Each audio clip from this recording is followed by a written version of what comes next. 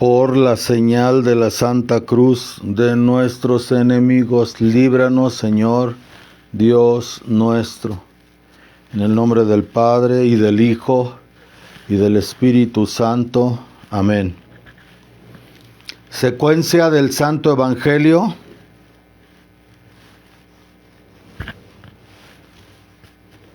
Según San Juan. Gloria a ti, Señor. Capítulo 5, versículos del 25 al 29. En aquel tiempo dijo Jesús a las turbas de los judíos: en verdad os digo que viene la hora, y es esta, en que los muertos oirán la voz del Hijo de Dios, y los que la escuchen vivirán. Porque así como el Padre tiene la vida en sí mismo, así también ha dado al Hijo el tener la vida en sí mismo.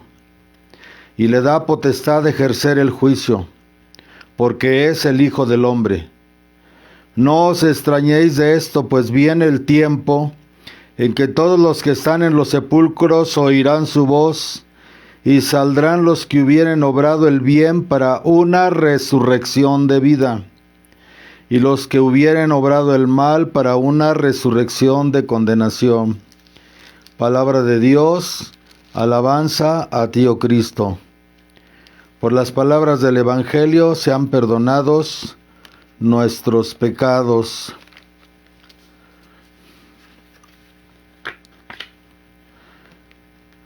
Después de regocijarse ayer con aquellos de sus hijos que han llegado a la gloria del cielo, la Iglesia ora hoy por aquellos otros que esperan en los sufrimientos purificadores del purgatorio, el día en que podrán reunirse con la asamblea de los santos.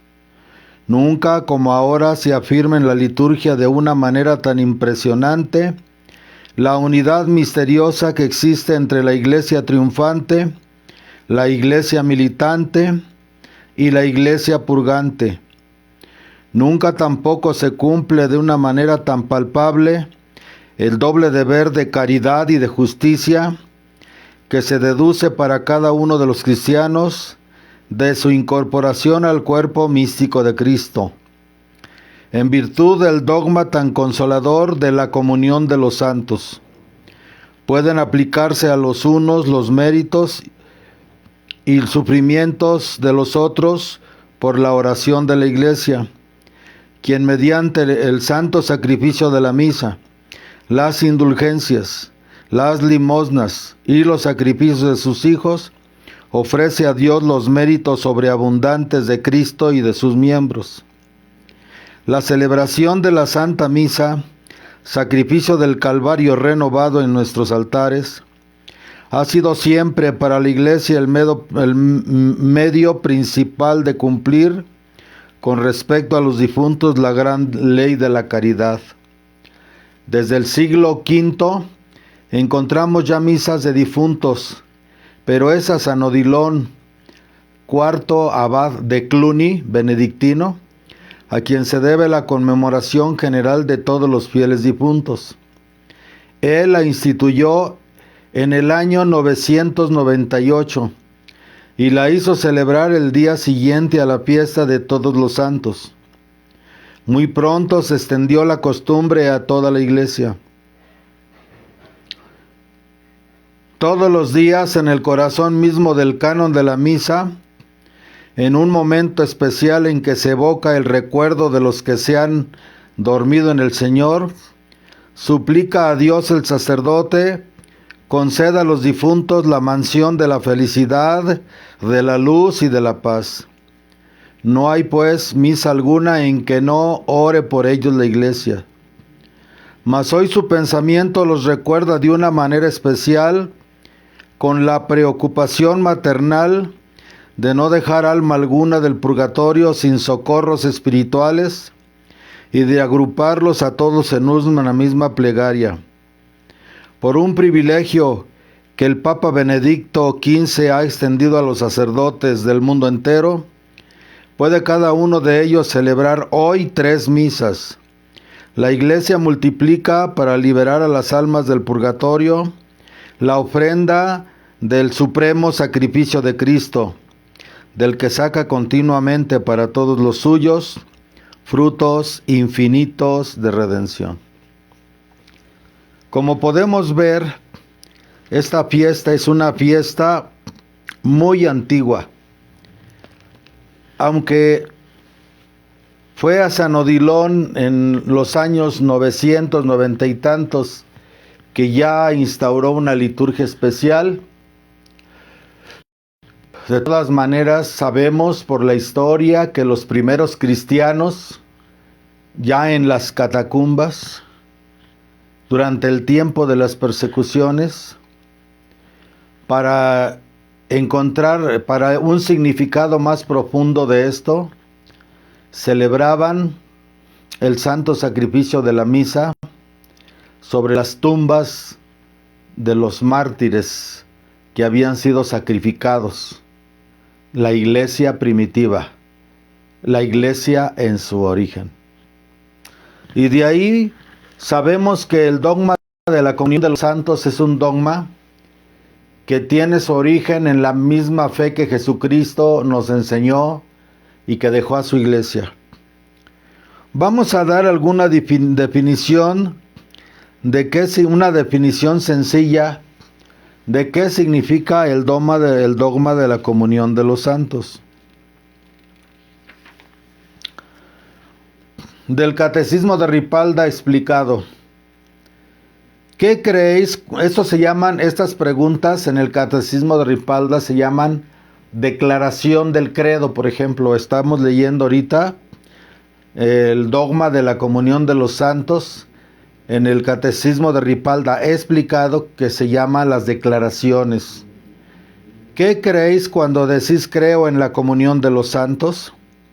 Y la respuesta es que los unos fieles tienen parte en los bienes espirituales de los otros como miembros de un mismo cuerpo. La iglesia es una sociedad perfecta cuya cabeza es Jesucristo, pero está dividida en 3 estados que constituyen la iglesia militante, la iglesia purgante y la iglesia triunfante. La iglesia militante, los que vamos todavía en la tierra caminando hacia la búsqueda de la salvación eterna. La iglesia purgante, las almas de los que han desencarnado y que han muerto en gracia y están purificándose en el purgatorio. Y la iglesia triunfante, aquellos de nuestros hermanos que estando ya totalmente inmersos en el cuerpo místico de Cristo en gloria, en su cuerpo glorioso y resucitado, están en el cielo, gozando de la luz de la gloria allá en el cielo.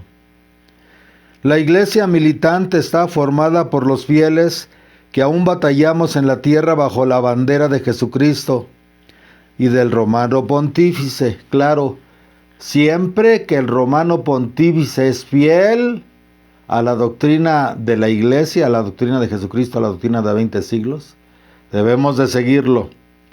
Cuando cualquier dirigente de la iglesia, como sucede en estos tiempos de ahora, se aparta impresionantemente de la fe, pues ya no son lo que dicen ser y no deben de ser seguidos, mucho menos obedecidos. La iglesia purgante la forman los justos detenidos en el purgatorio hasta satisfacer enteramente la pena temporal a que están sujetos. La iglesia triunfante pertenecen los bienaventurados del cielo, los cuales después de haber reñido como buenos soldados en el mundo las batallas del Señor, triunfan en el cielo por toda la eternidad recibiendo el premio de sus servicios. Estas 3 iglesias, entre comillas 3 porque son 3 partes de la una Santa Católica Apostólica Iglesia, estas 3 iglesias forman una sola sociedad y un solo reino, el reino de Jesucristo Rey.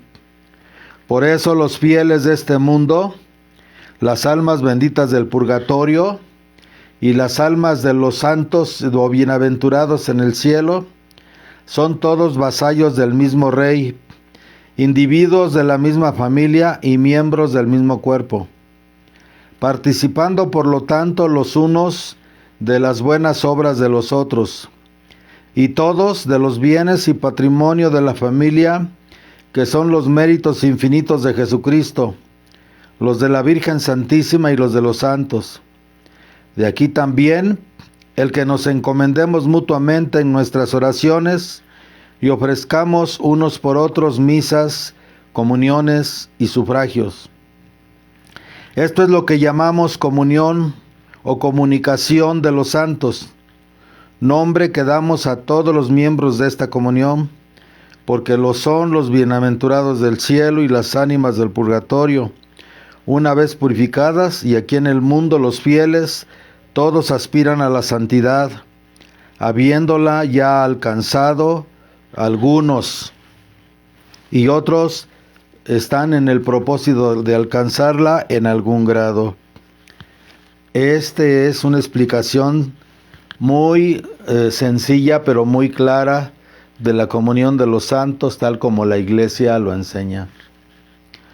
Por lo tanto, el día de hoy, la conmemoración de los fieles difuntos es el tercer eslabón con el que estos tres eslabones perfectamente enlazados: fiesta de Cristo Rey, último domingo de octubre; fiesta de todos los santos, 1 de noviembre; y fiesta o conmemoración de los fieles difuntos, 2 de noviembre, son los tres eslabones con los que, como un chispazo, como un resplandor, como el culmen de todo el ciclo de la liturgia, de todo el ciclo de la vida de Cristo, de todo el ciclo de las lecturas y de los fragmentos del Evangelio en la Iglesia, cada año, en forma de una espiral que va subiendo, se da la oportunidad de que vivamos la vida de Cristo.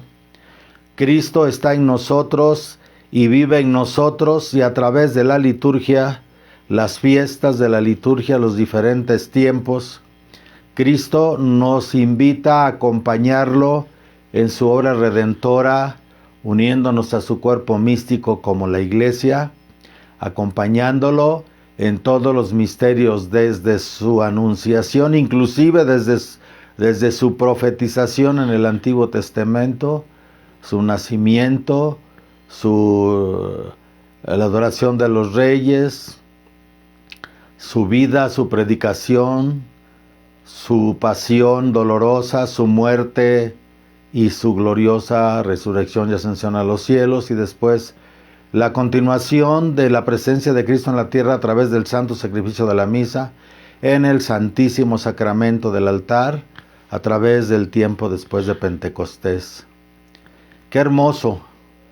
Estoy insistiendo en esto para que ustedes puedan comprender por qué los sacerdotes, obispos, que nos tratamos de mantener fieles a la tradición de la Iglesia, no podemos aceptar ni el Novus Ordo Missae, la nueva misa reformada y destruida, instaurada y impuesta por Pablo VI, mucho menos el ciclo litúrgico, que algo le quedó de lo antiguo, pero ha sido destruido, el ciclo litúrgico en puntos focales, y esto de alguna manera desencaja el proceso de espiritualización de las almas, como lo podemos ver en la actualidad. Bien, entonces hoy es el tercer eslabón, los fieles difuntos. Las almas que están en el purgatorio purificándose. Nos dice el Evangelio de hoy: este proceso de despertar debemos de tener siempre presentes que aunque la muerte no existe, ya que la muerte es la hija bastarda del pecado, la hija bastarda del pecado y del demonio, la muerte, esta fuerza, este hecho, este acontecimiento, trata de inundarnos, el demonio a través de la muerte, el Satán trata de inundarnos de desesperación para tratarnos de llevar a la perdición eterna.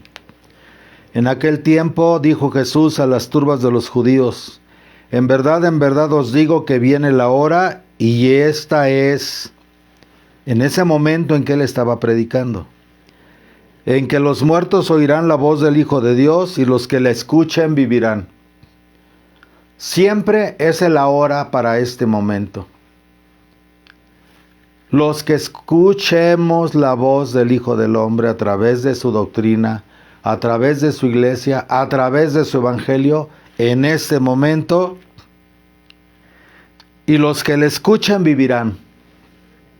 Saldremos de la muerte del pecado, porque aunque por el bautismo quedamos limpios de todo pecado, del pecado original, pero si algunos son bautizados ya de grandes, ya con conciencia, por el bautismo se les borran todos los pecados.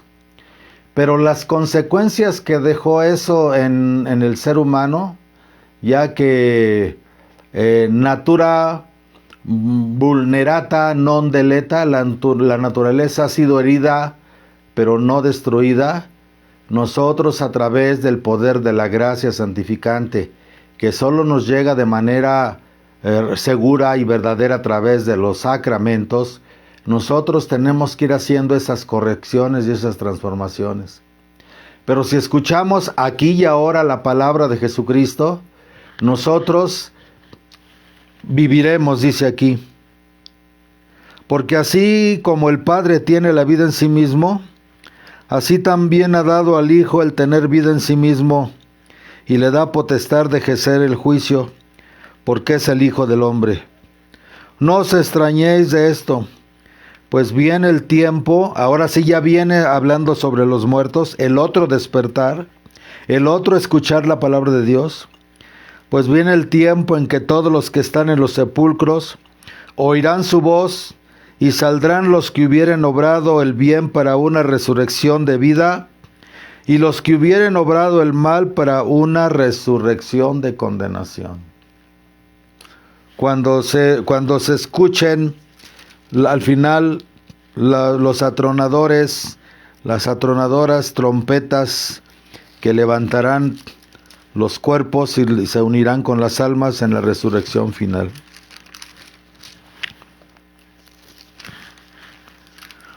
Vamos a la hermosísima secuencia que rezamos en las misas de difuntos, en especial en la misa de hoy. Día de ira, el día aquel, que reducirá al mundo a cenizas, lo atestiguan David y la Síbila. Todas las profecías hablan de que al final del mundo, el mundo será consumido por el fuego. Y hay dos maneras en que el mundo puede ser consumido por el fuego. El mundo puede ser consumido por el fuego de Dios, el fuego del amor, el fuego de Dios en amor, o el mundo puede ser consumido por el fuego de Dios como justicia y rigor, como juicio y rigor sobre la tierra. Nuestro Señor Jesucristo lo dijo: yo he venido a la tierra a traer fuego. Yo he venido a traer fuego a la tierra. ¿Y qué quiero? Que arda. Las Escrituras nos dicen que Dios es un fuego que consume. Dios es fuego que consume.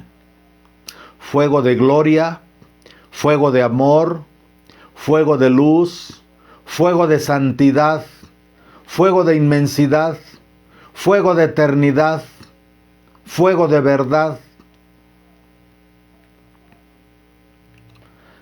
Quienes escuchemos la voz de Jesucristo, que es el fuego que el Padre envía a la tierra, porque Dios es fuego, es un fuego que consume, que integra todo lo que toca, que introduce dentro de sí todo lo que toca y lo transforma en él. Quienes escuchemos la palabra de Dios, quienes nos inmerjamos en Jesucristo nuestro Señor, seremos consumidos por el fuego del amor de Dios, por el fuego del amor de Jesucristo, por el fuego del amor el Espíritu Santo, sus dones y sus virtudes, sus atributos. Y ese fuego será deleitoso para quienes se transformen en ese fuego. Dios nos conceda a todos transformarnos en ese fuego. Nos volveremos fuego, fuego consciente dentro del fuego infinito de la conciencia divina. Eso es el reino de los cielos. Hay mundos superiores. En el cielo, en los mundos superiores, como dice San Pablo, él cuando fue arrebatado al tercer cielo dijo que vio cosas que ni el ojo vio, ni el oído entendió, las cosas que Dios tiene preparados para los que le aman, para los que se vuelven fuego. Eso dijo nuestro Señor Jesucristo: yo he venido a la tierra a traer fuego. ¿Y qué quiero? Que arda, que todo se consuma en el amor, que todo se consume en el amor, que todo se vuelva luz, que todo se vuelva claridad, que todo se vuelva infinitud. Principalmente las almas tan queridas por Dios. Ya que, amados hermanos, nosotros como almas somos chispas traídas a la existencia por ese divino fuego. Cada uno de nosotros ha sido creado, y todas las criaturas y todos los seres, desde los ángeles hasta los hombres y todos los seres de la creación, contienen dentro de sí una chispa de ese fuego divino. Solo que el ser humano es el único que tiene voluntad y libre albedrío para tomar conciencia de ese fuego que nos habita, de esa luz que vive en nosotros, de esa presencia que inhabita dentro de nosotros. Ya lo podrán confrontar esta homilía con la otra homilía que se llama aquí en Facebook Cristo Rey y la divinización del alma. La divinización del alma consiste en eso, en que nos transformemos en fuego. Un fuego que será gozo, regocijo, bienaventuranza eterna. Pero todo aquello que se resista a arder, todo aquello que se resista a transformarse en ese fuego de amor, ese fuego que consume, consumirá con dolor a todo aquello que no quiera transformarse en amor. Quienes no queramos caminar hacia ese arder en el fuego del amor, tendremos indudablemente que arder en el fuego del dolor. El mismo fuego que da gloria, que es bienaventuranza eterna en el cielo, y que es fuego purificador, que esculpe las almas, que las transforma, que las purifica para luego reintegrarlas en su mismo ardor, el fuego divino. Las almas del purgatorio que hoy conmemoramos están allí en el purgatorio, purificándose, porque quizá murieron arrepentidas, porque quizá murieron en gracia, pero no se murieron con resistencias al fuego del amor de Dios. Y en el purgatorio es para eso. Las almas en el purgatorio, el fuego de Dios las acrisola, las limpia con mucho dolor indudablemente.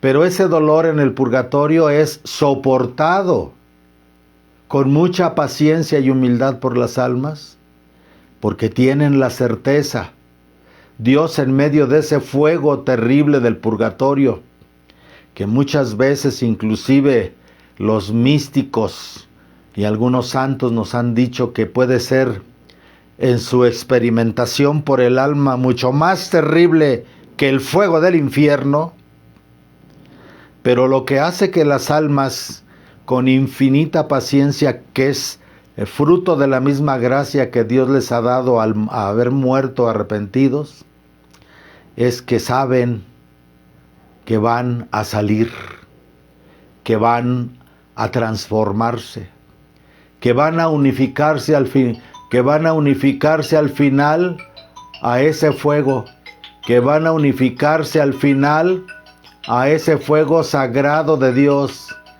que van a unificarse al final a esa hoguera infinita del amor de Dios, a esa hoguera infinita del amor de Dios en toda la tierra, que consumirá todo el universo al final, para que lo que sea digno de transformarse en esa luz infinita será transformado, y lo que no acceda a transformarse en esa luz infinita no será transformado. Por eso, cuando se celebra la misa para los difuntos, en la misa, en el santo sacrificio de la misa, el sacerdote debe de tener la intención. A veces nosotros los sacerdotes pasamos por el memento de difuntos, o el momento en el que se recuerdan las almas de los difuntos. Decimos el nombre por fulano, por fulana, y nos quedamos ahí quietos y pedimos con una simple intención, pero no le entregamos el corazón y la intención del plena, puesto que en el momento de la Santa Misa es Cristo el que está celebrando. Entonces yo no creo que nuestro Señor Jesucristo en ese momento no esté con toda la intención de la transformación de esas almas. Porque cuando los ángeles de la Eucaristía suben la intención del santo sacrificio de la misa al Padre, se dice que las almas del purgatorio reciben un refrigerio. No quiere decir que el fuego deja de arder, el fuego deja de quemarlos y de transformarlos. Eso no se detiene. El fuego de Dios es consumidor y transformador, y no se detiene, jamás. Pero sí, ese fuego, por gracia de Dios, puede en un momento dado hacerles sentir un rasguito de ese, que sientan ese fuego que los está transformando, como un fuego maravillosamente transformados, como si ya estuvieran transformados en Dios. Eso es lo que producen las misas, los sufragios del santo sacrificio de la misa, los sufragios de los rosarios que se ofrecen por las almas del purgatorio, las comuniones, los ayunos, las caridades, las obras buenas que se ofrecen por las almas del purgatorio. Hay tantas maneras de ayudar a las almas del purgatorio, hay tantas maneras de apoyarlas. Se les da un rasguito de lo que van a disfrutar después eternamente. La única que entra allí es la Santísima Virgen María, con los coros de ángeles, para administrar esos sufragios que por gracia del santo sacrificio de la misa y de las oraciones de los justos de la tierra, obviamente unidas a las oraciones y peticiones de los bienaventurados en el cielo, en ese momento en que se les concede a las almas del purgatorio que ese fuego deje de ser un fuego ardoroso y de sufrimiento para ellos, sino en un fuego de placer, pero un rasguito, un refrigerio. En ese momento, como la bienaventuranza es la unidad del cuerpo místico, en esos momentos de la misa de los rosarios, se logra la perfecta unidad. Obviamente, después viene el proceso de purificación. ¿Por qué? Porque las almas en el purgatorio, allí, ya con la conciencia abierta, en su voluntad, tienen que abrirse al proceso del amor de Dios que los está purificando. El fuego del purgatorio es el fuego del amor de Dios que los está limpiando. Y lo único que produce ese dolor y ese sufrimiento terrible en las almas es esos hábitos que nos llevamos de este mundo de resistencia a la gracia divina, de resistencia a la obra de Dios en nosotros, de resistencia a la misericordia de Dios en nosotros. Mueren arrepentidos, unos con los sacramentos, quizá otros no, pero arrepentidos con una contrición perfecta y van al purgatorio. Y cuando se habla de que algunos duran meses, días, o como los que son devotos de la Santísima Virgen María en su advocación del Carmen y su divino escapulario, son sacados inmediatamente el siguiente sábado después de su muerte. Sin embargo, por revelaciones de los místicos, sabemos que otros estarán en el purgatorio hasta el fin del mundo. Y que puede parecerles a ellos una eternidad, Si no fuera por que esa misma luz que los está purificando les proporciona la intuición interior de que van a salir de ahí, probablemente su percepción sea como eternidad. Imagínense nosotros aquí en la tierra que nos dé un dolor de estómago, de esos dolores misereres que como dicen aquí en México. Un dolor que a lo mejor nos dure 15 minutos. Para nosotros, nuestra percepción de ese sufrimiento será una eternidad. ¿Sí? Así como muchas veces también cuando tenemos placeres en este mundo, estamos tan ávidos de placer que, por ejemplo, cuando estamos en un lugar que nos da placer, que estamos, por ejemplo, cuando niños, ¿no? Que estamos muy a gusto, contentos, jugando en la calle con los otros niños, y la mamá empieza, ya métete, otro ratito, ya métete, más al ratito, ya métete. Y entramos, ya han pasado 4 horas de estar en la calle jugando, pero nos sentíamos tan a gusto que cuando regresamos a casa, sentimos que el ratito que jugamos fue un instante. Pues imagina, esos son solo formas de percepción que el humano tiene. Imagínense las almas del purgatorio, que por eso la misa puede acortar. Con la misa, con el santo sacrificio de la misa, porque Dios no puede violar ni en el purgatorio, aunque ya no hay un uso ya no hay un albedrío tan claro, puesto que ya están viendo con claridad de la conciencia las realidades eternas, pero aún así Dios no viola los íntimos hábitos de esa alma. Esa alma es la que en el purgatorio tendrá que ir tomando cada vez más conciencia y soltarse. Y las oraciones de sus deudos, las oraciones de su familia, las oraciones de sus amigos y las oraciones de toda la iglesia, en general a través sobre todo el santo sacrificio de la misa, hace que poco a poco esa conciencia en las almas del purgatorio se vaya abriendo para soltar toda esa resistencia que ponen al fuego purificador de Dios. O sea, las almas del purgatorio ya están en el cielo, pero perciben el fuego de Dios, que es puro amor, como un fuego riguroso que los purifica porque hay resistencias, porque en vida creamos fortísimos hábitos de resistencia a la gracia, fortísimos hábitos de resistencia al amor de Dios, fortísimos hábitos de resistencia a la conversión y a la transformación.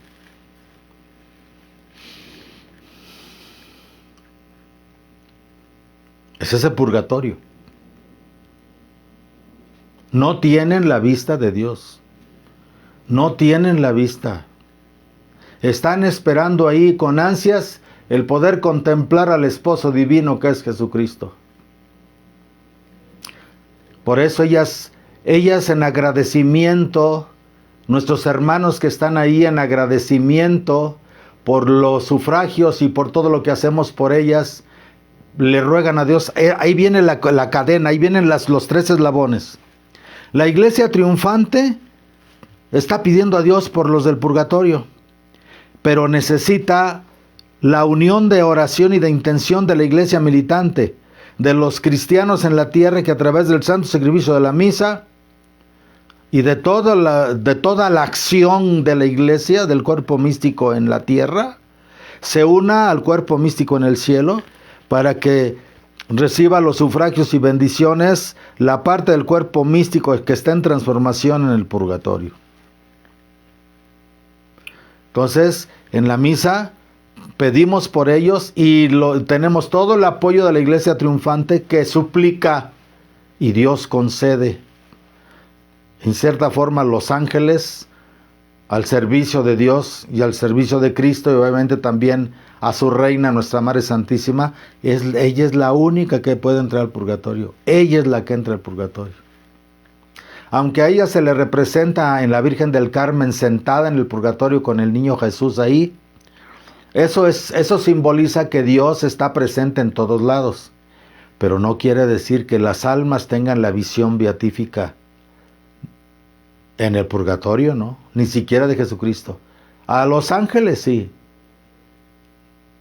Quizá algunos santos que bajen ahí por permiso de Dios.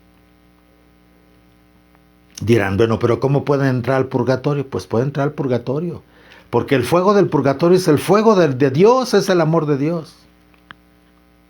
¿Sí? ¿Pero qué hay del infierno?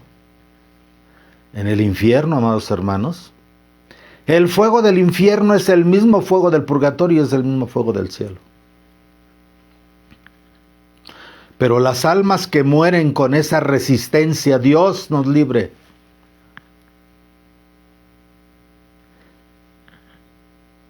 Que Dios nos libre de morir en estado de impenitencia final, en estado de resistencia a la gracia, en estado de resistencia al amor, en estado de resistencia a la misericordia, en estado de resistencia al arrepentimiento. Porque una vez que salimos, en ese estado en que salimos de nuestro cuerpo al morir, ese estado como que se estratifica al morir.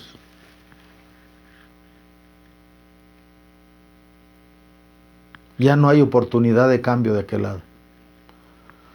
Entonces el fuego del infierno es el mismo fuego de Dios que decimos que está castigando a los demonios, por ejemplo, que está castigando a las almas de los condenados. Dios nos libre. Dios nos libre.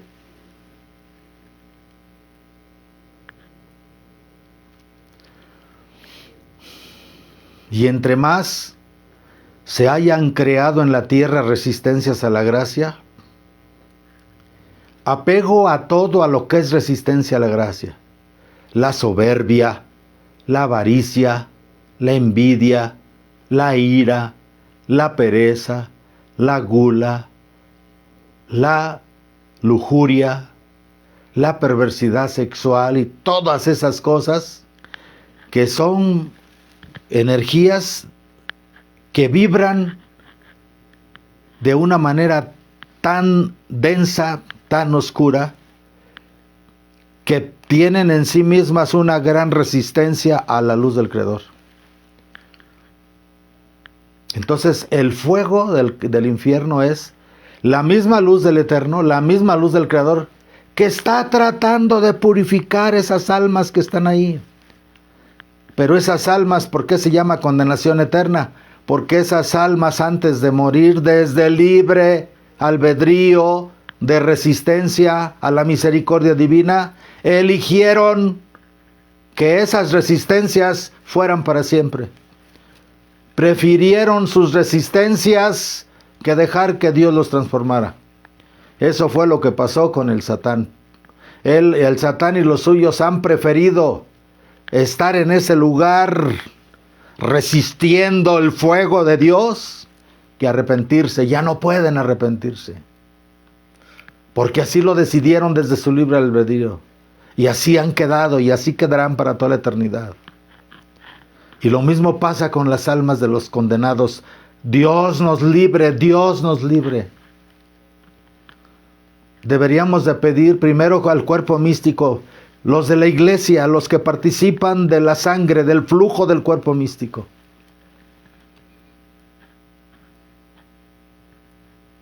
Así como nuestro cuerpo, la sangre lleva los nutrientes y el oxígeno a todos los órganos del cuerpo, así también, mientras no generemos resistencia a la gracia, el flujo de bendiciones, el flujo de prometimientos, el flujo de gracias, el flujo de luz, el flujo de misericordia, el flujo de amor de Dios corre por todo el cuerpo místico, incluso a las partes del cuerpo místico que están en el purgatorio.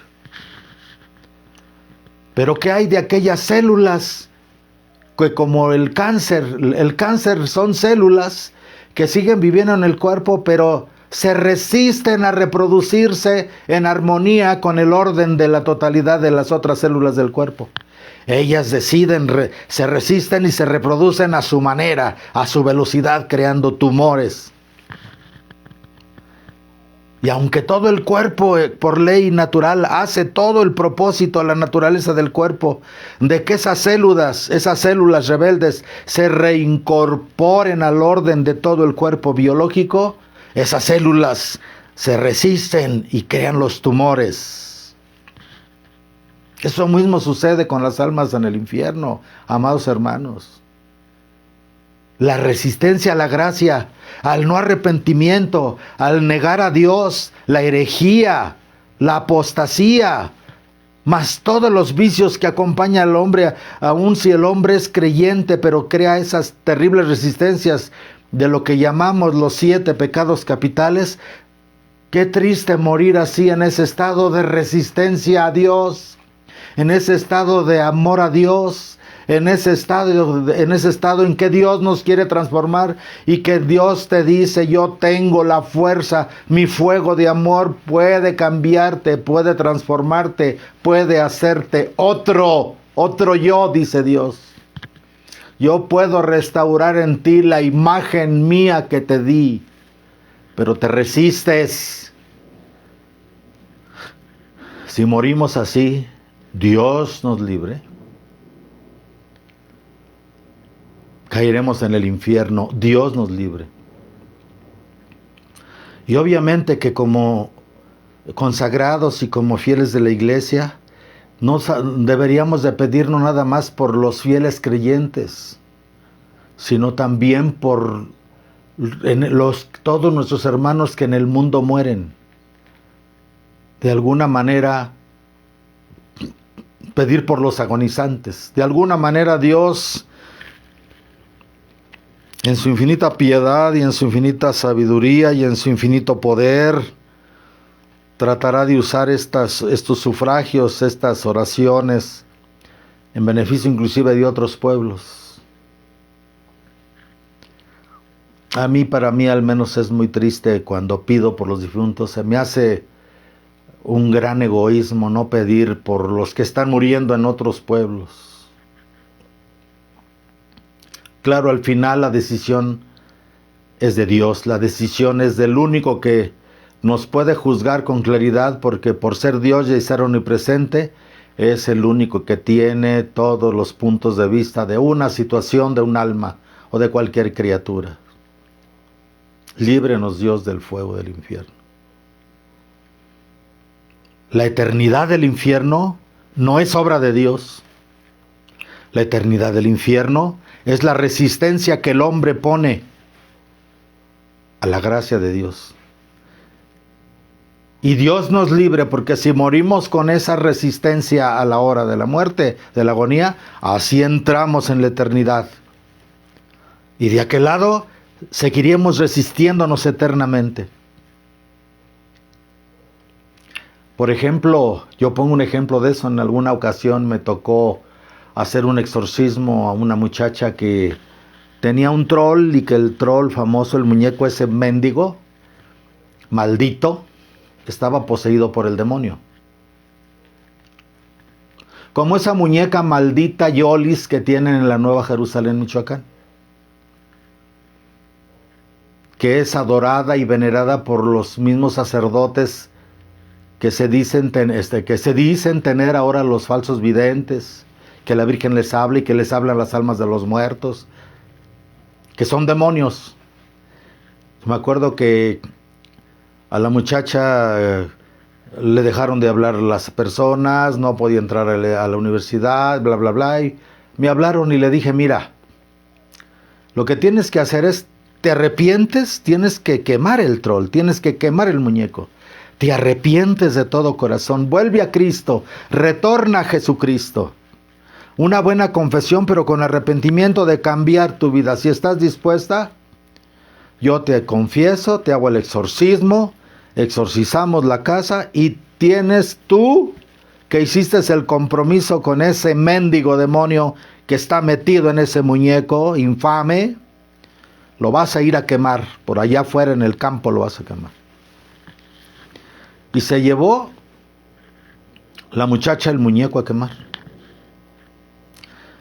Y me dijo, ¿qué hago, padre? Ponle agua bendita.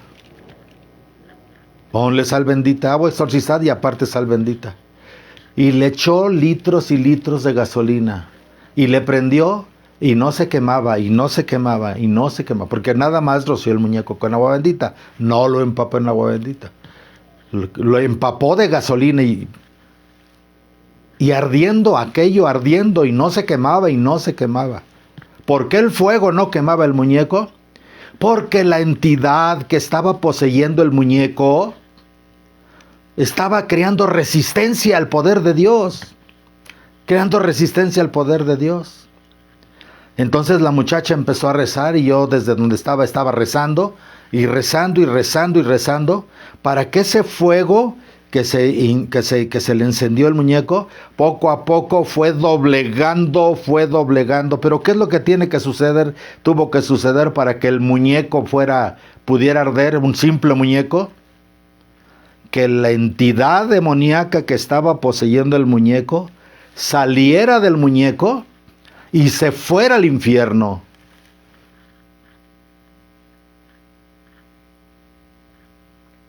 Pero si el alma ya salió de su cuerpo y está en el infierno porque se condenó, dicen los judíos, Hashbe Shalom, Shalom, Dios nos libre de eso. Si está ardiendo allí en el fuego, ¿de dónde se va a salir? Para que se deje de quemar, ya no hay a dónde salirse. Está en un estado de su alma eterna. De su alma eterna. Así también en Nueva Jerusalén, que tienen esa maldita muñeca que se llama Yolis. Toda la gente que va, está allí en esa muñeca un demonio. Un demonio que dicen que hasta les ha hecho milagros, que le ponen chocolates y se los come, que le ponen cosas a la maldita muñeca Yolis y se los come. Así lo hacen con los trolls y con los duendes esos que compran, que les ponen maíz de teja y eso y amanecen mordidos. Son demonios, amados hermanos, son demonios. Y entonces toda la gente que los venera, toda la gente que los ve, con su mirada, toda su energía se va. Y esos demonios se alimentan de la mente de los que los contemplan, se alimentan de la energía de los que creen en ellos. Y eso alimenta, empanzona a los demonios. Y la gente se queda sin energía, con el peligro de que a la hora que se estén muriendo, esas almas de esas personas que adoran esos malditos muñecos, estén en un estado de tal resistencia que ni siquiera puedan ir al purgatorio. Y tantas cosas más de las que les podría hablar, pero solo se los doy para que entendamos lo que es morir con la resistencia a la gracia, al arrepentimiento, a los sacramentos, al santo sacrificio de la misa, sobre todo a la sagrada comunión. Cuando estamos constantemente recibiendo el sacramento de la penitencia y el santísimo sacramento del altar y vamos a misa y oramos y rezamos el rosario, poco a poco es estar nosotros mismos dejando entrar el fuego de Dios que entra en nosotros como amor y va rompiendo desde esta vida nuestras resistencias para que a la hora de la muerte podamos irnos sin resistencias al amor y la misericordia y el perdón de Dios. Y sobre todo en este tiempo de que no sabemos si nos va a tocar que algún sacerdote nos absuelva. o nos confiese, o nos ponga la extrema unción y nos dé el viático, no lo sabemos.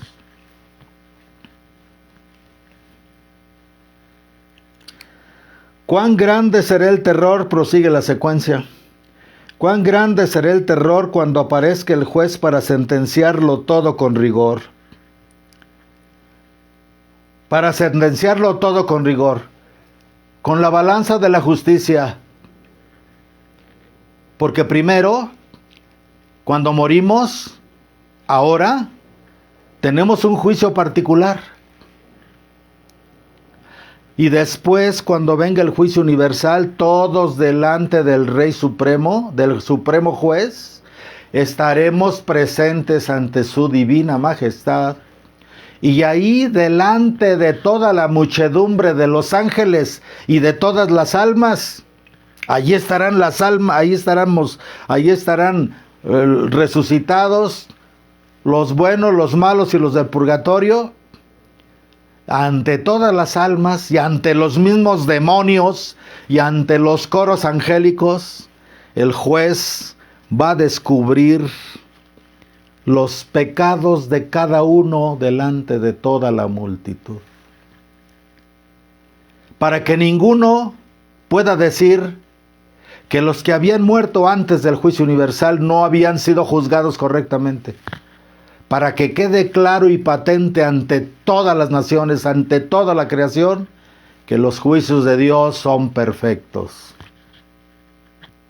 Que los juicios de Dios son justos y que los juicios de Dios son santos.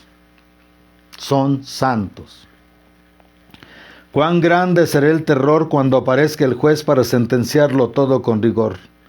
La trompeta esparciendo atronador sonido por entre los sepulcros nos empujará a todos delante de Dios. La muerte se asombrará. La muerte, que es la hija, el aborto, la hija del Satán y el pecado, la muerte se asombrará y toda la naturaleza entera cuando se levante la criatura para responder a su juez.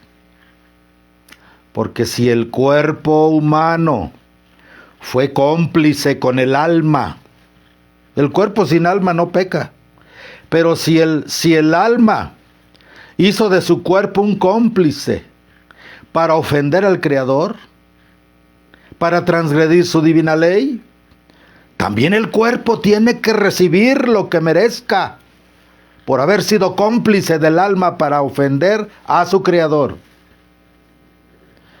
Pero si el cuerpo se hizo socio del alma para santificación, el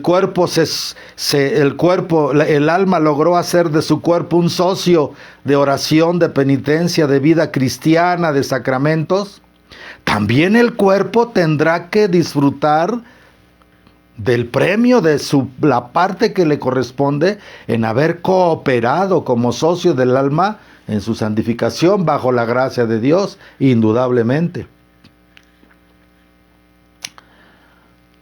El libro ya completo será leído, en el que todo se haya consignado para abrir el proceso del mundo. Cuando el juez se haya sentado, se revelará todo secreto, nada quedará sin castigo, pero tampoco nada quedará sin premio. Todo lo que merezca juicio y rigor públicamente será sentenciado. Y todo lo que merezca gozo, plenitud y eterna vida, también será sentenciado allí. Que nada quedará sin castigo. ¿Qué he de decir entonces, miserable de mí? ¿A qué abogado recurriré cuando aún el justo apenas estará seguro? Por eso nuestra Madre Santísima nos decía allá en la Nueva Jerusalén, en el tiempo de la verdadera vidente: busquen, mientras tengan tiempo, abogados para que intercedan por ustedes en el cielo. Sabemos que el único abogado es Jesucristo y que María Santísima, San José, el patriarca, nuestro Padre San José y todos los santos ya están integrados, ya están divinizados en Cristo. O sea que cuando invocamos a la Virgen como abogada, como licenciada y a los santos, estamos pidiendo que la mayor parte del cuerpo místico de Cristo interceda por nosotros. Pero aún así, en ese momento, cuando sea el juicio final, la Virgen lo dijo, en ese momento a nadie se nos permitirá intervenir.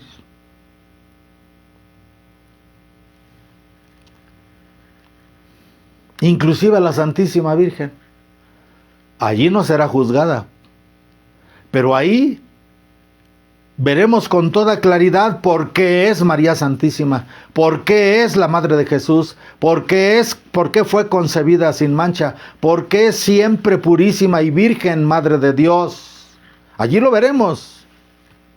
Allí todos los protestantes que no creen en ella y todos los que la niegan, allí también en ese juicio, que obviamente para ella ya no es juicio, será declaración de la verdad de por qué ella es Madre de Dios, pero ni ella quedará libre, ni ella, que es la Madre de nuestro Señor, quedará libre de ese ventilar.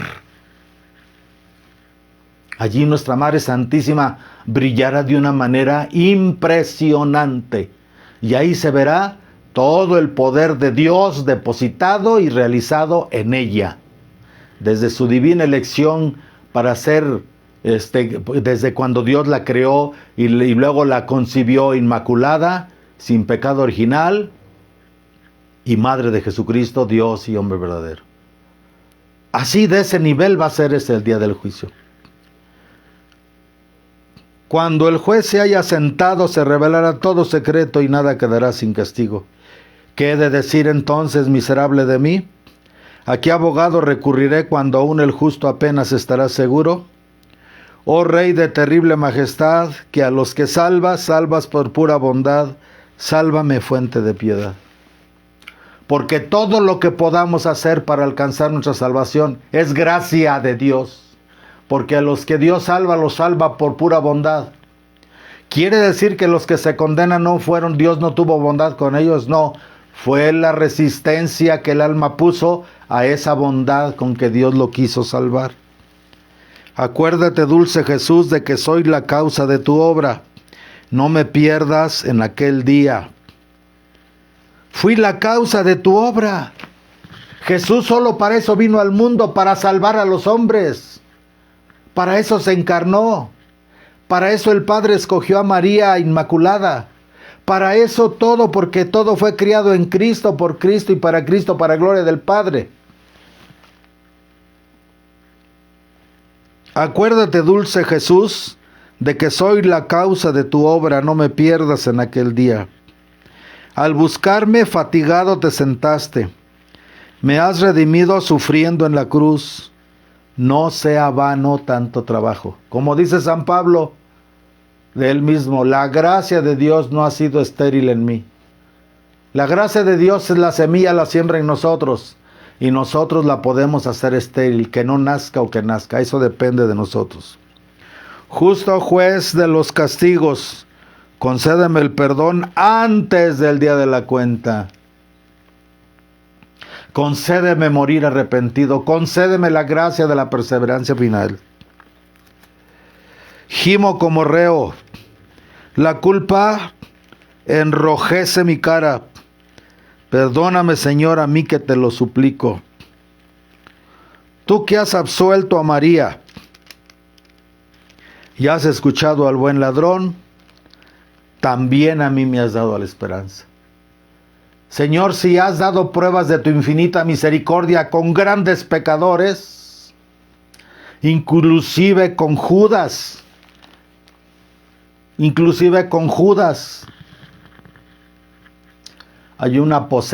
hubo en el tiempo de la reforma litúrgica del Concilio Vaticano II, una posesa en Suiza que fue exorcizada por varios obispos, no sacerdotes, obispos, y que Dios permitió que los demonios se le metieran a esta persona, a esta mujer, y hablaban.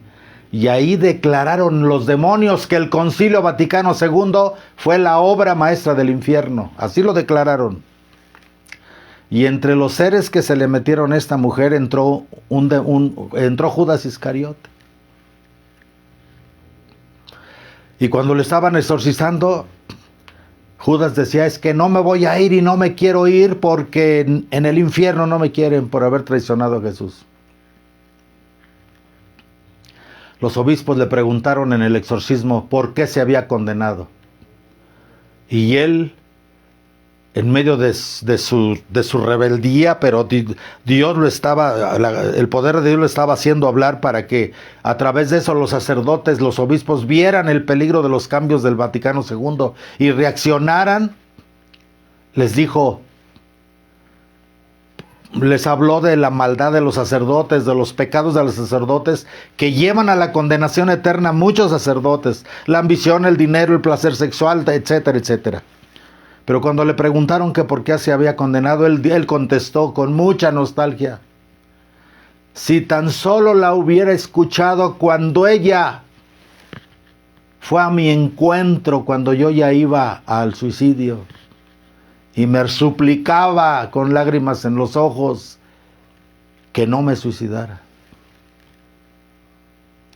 Ahí él reveló que cuando él ya había entregado el dinero, había devuelto las 30 monedas de plata al Sanedrín y ya iba rumbo al suicidio, la Virgen Santísima le salió al encuentro en medio de la noche y le decía, no te quites la vida, no lo hagas, Judas. Judá, porque Judas es una mala traducción del nombre. Judá, porque así se llamaba él. Judas es Judá. Judá ya te perdonó. ¿Que no lo oíste en el cenáculo que te dijo amigo? Que a pesar de que lo besaste y lo entregaste, él te dijo amigo. Aquí has venido, pero te llamó amigo. Ya te perdonó. Ya te perdonó. No te quites la vida. Pero he aquí que cuando estas resistencias demoníacas se apoderan del alma, el demonio, una vez que produce esas resistencias, trata de controlar y de apretar para que el alma no ceda a esas resistencias. Pobre Judas, desgraciadamente. Dios nos libre, Dios nos libre. Amados hermanos, Dios nos libre.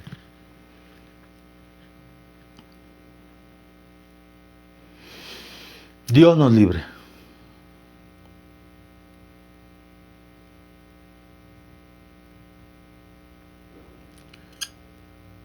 Si tan solo la hubieras escuchado cuando ella salió a mi encuentro y me dijo que no lo hiciera, que ya me había perdonado.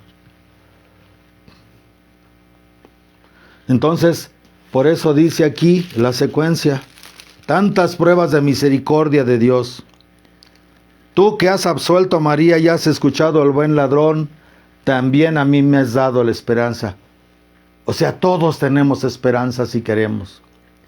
Mis plegarias no son dignas, pero tú, buen Señor, sé benigno para que no arda en el fuego eterno. Dame un lugar entre tus ovejas y apártame de los cabritos colocándome a tu diestra. Siempre en el judaísmo, en el Antiguo Testamento, en la enseñanza más elevada del Antiguo Testamento, la derecha es la misericordia y la izquierda es el rigor, el castigo. Confundidos por ti, los malditos condenados a las llamas eternas, llámame con los elegidos.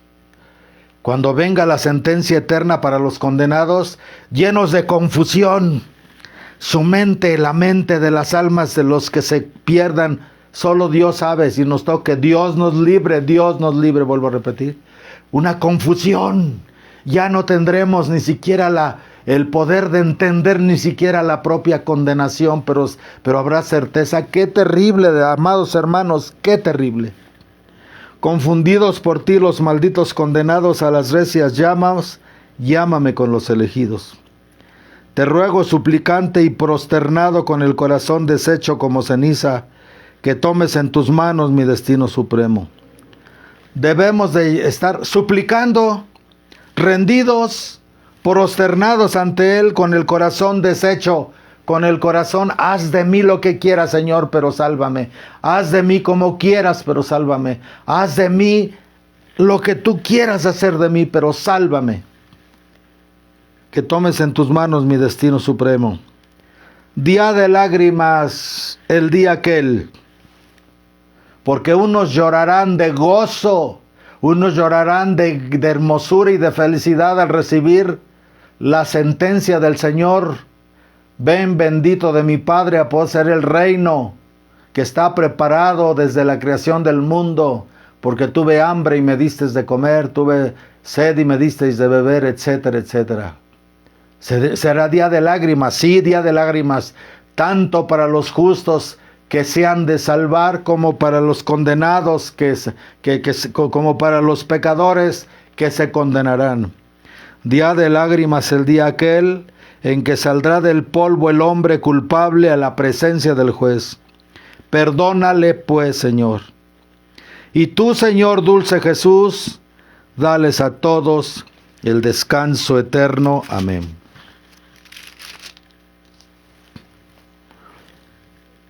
Y para lo que viene, para el fin del mundo, cuando venga el Señor, hermanos, no queremos dejaros en la ignorancia respecto a los difuntos, para que no se entristezcáis como esos otros que no tienen esperanza.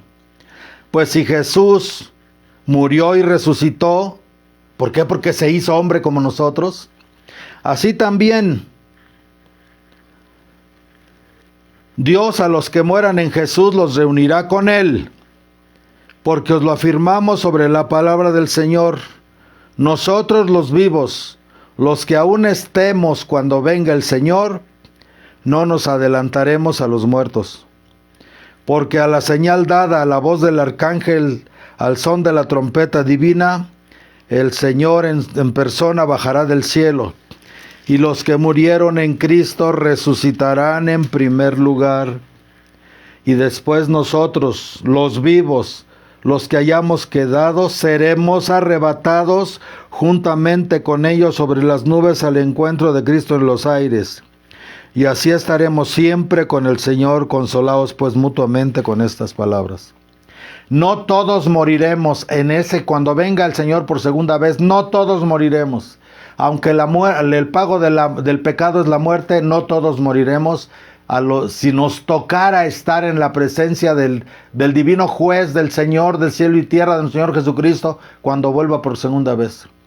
Pero esa transformación para subir al encuentro en los aires, será el equivalente al pago por el pecado.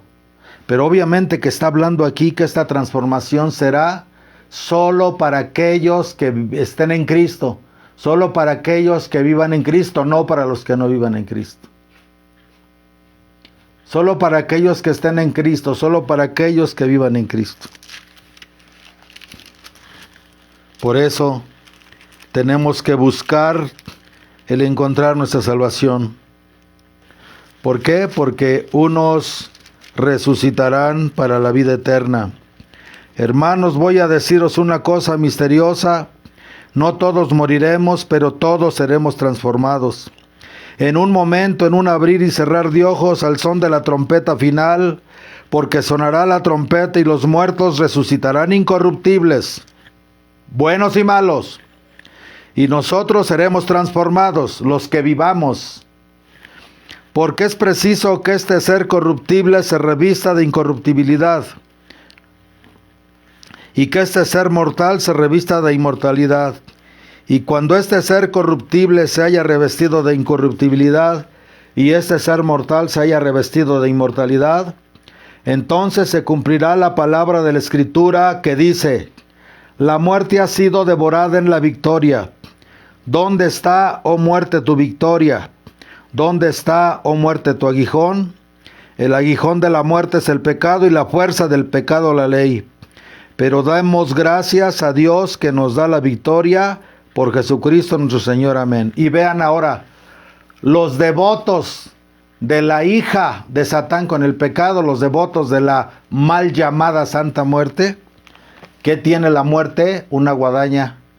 Esa guadaña que usa parece, vean ustedes la guadaña, y parece el aguijón de una avispa, el aguijón de un alacrán.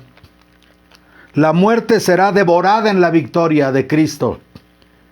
Pobres de los que están siguiendo a la muerte, pobres de los que están adorando a la muerte. Están adorando al Satán. Y será el destino. El que con la muerte se junta, en muerte se transformará. El que con diablo se junta, en diablo se transformará. Dime con quién andas y te diré quién eres. Las malas compañías corrompen las buenas costumbres. La muerte así será devorada en la victoria. ¿Dónde está, oh muerte, tu victoria? ¿Dónde está, oh muerte, tu aguijón? ¿Para qué sirvió tu aguijón sino para transformar a todos los que picaste, a todos los que aparentemente beneficiaste? Porque esas ayudas que da la muerte, la hija bastarda del demonio y el pecado, no son bendiciones, son acciones terriblemente posesadoras para llevarlos con Satán. El aguijón de la muerte es el pecado y la fuerza del pecado es la prohibición. Pero demos gracias a Dios que nos da la victoria por nuestro Señor Jesucristo. Si la muerte ha sido devorada en la victoria, entonces busquemos la victoria, porque la victoria nos es dada en nuestro Señor Jesucristo. Pues, amados hermanos, en esta misa, yo estoy celebrando ahorita misa, los que van a ver solamente la homilía, pongan su intención en pedir por las almas de los, pidámosle al corazón sacratísimo de Jesús, al corazón agonizante de Jesús, pidámosle por los agonizantes que diario están saliendo de este mundo.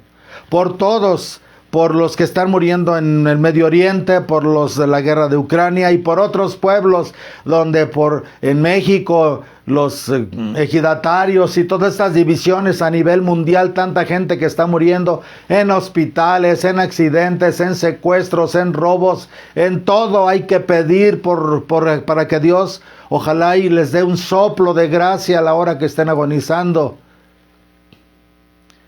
Para que ojalá y suceda como aquella mujer que se suicidó su hijo y fue a visitar al Santo Padre Pío de Pietrelcina.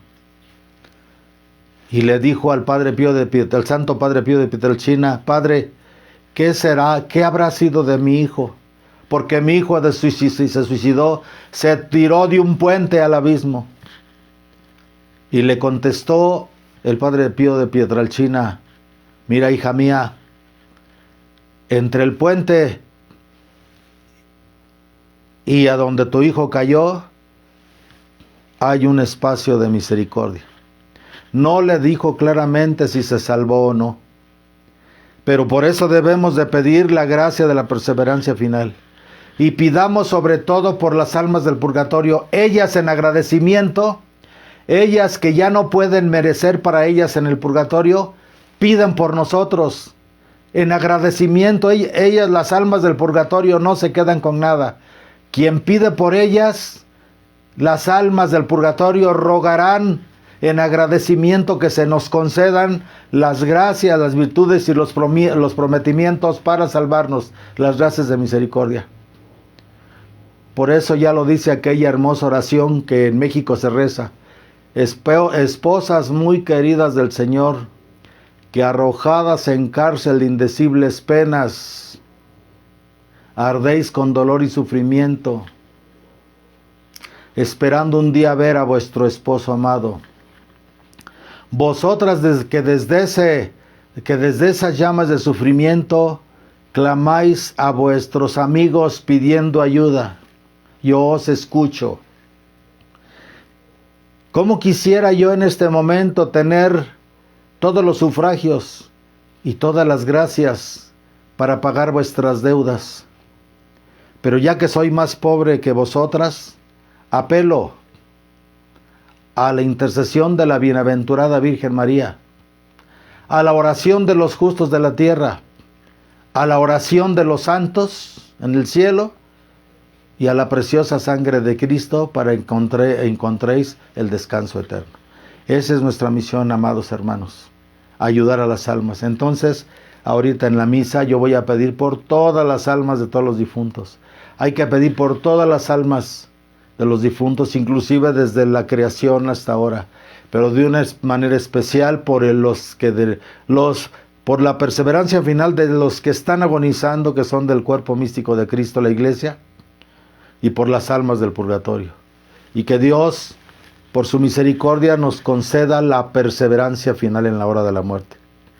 Que nos conceda la gracia de que aquella a la que amamos como Madre nuestra y que se ha vuelto nuestra licenciada delante de Dios, ore por nosotros para alcanzar esa gracia, la perseverancia final, con los ángeles y con los santos, para un día poder vernos en el cielo todos glorificando al Eterno, en medio de ese fuego, que nos consuma el fuego del amor de Dios, que nos consuma la luz del amor de Dios, que volvamos como chispas, así como ven en una hoguera que las chispas salen flotando, así que nosotros un día como chispas volvamos a integrarnos en el fuego de Dios.